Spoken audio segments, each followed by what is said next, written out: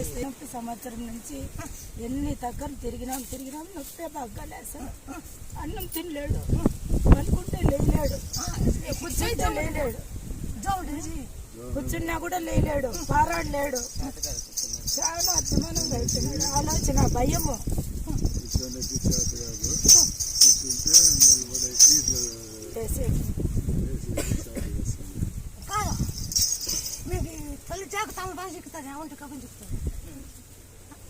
ఉంట కర్పూరం జరిగి కోమాలోకి పోయింటే నిమ్మకాయ రసం నోట్లో పిండేందుకు అతను కోమాలో నుంచి బయటకు వచ్చినాడు. అతను బాగా బతికిపోయినాడు. చెప్పినామా మాకు ఇంట్లో కొన్ని సమస్యలు ఉంటే మిమ్మల్ని ముక్కొని పోయి తలగొట్టుకొని పోతే మా సమస్యలన్నీ కొన్ని పరిష్కారమైనాయి. యూట్యూబ్ ప్రతిరోజు మీ యూట్యూబ్లో ప్రోగ్రామ్ చూడండి. మేము నిద్రపోతాము. నిద్ర లేచినా నిద్ర పనుకున్నా కూడా రాత్రిపూట పనుకునే ముందు కూడా మీ ప్రోగ్రామ్ చూసే పనుకున్నాం. అవును సార్, అవును సార్. సాహిబ్ ముస్లిమ్స్ ఆయన మళ్ళీ మా ఫోన్ నెంబర్ తీసుకొని మళ్ళీ మాకు 10 గంటల రాత్రిలో ఫోన్ చేసి మీ దయ వల్ల మేము కోమాలో నుంచి బయటపడినామని కూడా ఫోన్ చేసి చెప్పినారు స్వామి. మా దయ కాదంతా ముత్యాలమ్మ దయ్యా. మీకు వీలైతే ఒక ప్రయాణం గుట్టకలు పోయి ముత్యాలమ్మ దర్శనం చేసుకోండి అని కూడా చెప్పినాం స్వామి. మేము వీళ్ళకి రాత్రి ఫోన్ చేసి చెప్తే 10:30 ఫోన్ చేసినారు.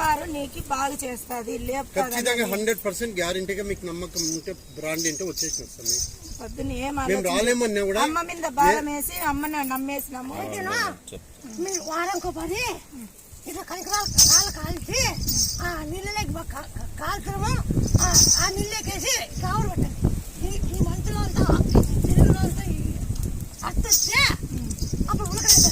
అట్లా 9 వారాలు వారంకో పది పెనగానే తింటే సమీ ఒక ముద్దు కల్లా అంటాడు, ఒక ముద్దుకి అంటాడు. నిమ్మకాయ తిండు. నేను నిమ్మకాయ ఇస్తా, వాళ్ళు నేను ఇస్తాను, నేను చేసి చూపిస్తా. చేసినాడు 9 కాయ ఇస్తా. దిన్నా చిత్రాన్ని చేసి పెట్టు. నేను 9 కాయ ఇస్తా, చిత్రాన్ని చేసి పెట్టు. 5 వారాలు గ్యాపించి రాళ్ళు కాంచి నీళ్ళకేసి రగ్గపండి.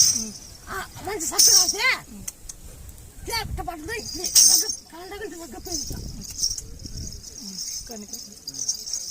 ఒక దీంట్లోనే గడ్డకొస్తుంది. ఆ సత్తులో గడ్డకొస్తుంది. అప్పుడు సత్తు వచ్చిందంటే ఫస్ట్ ఓ తలవారు దిగిపోతాం. చేయండి. కనకరాలు 5 వారాలు కాల్చి నీళ్ళకేసి కప్పు కప్పేసి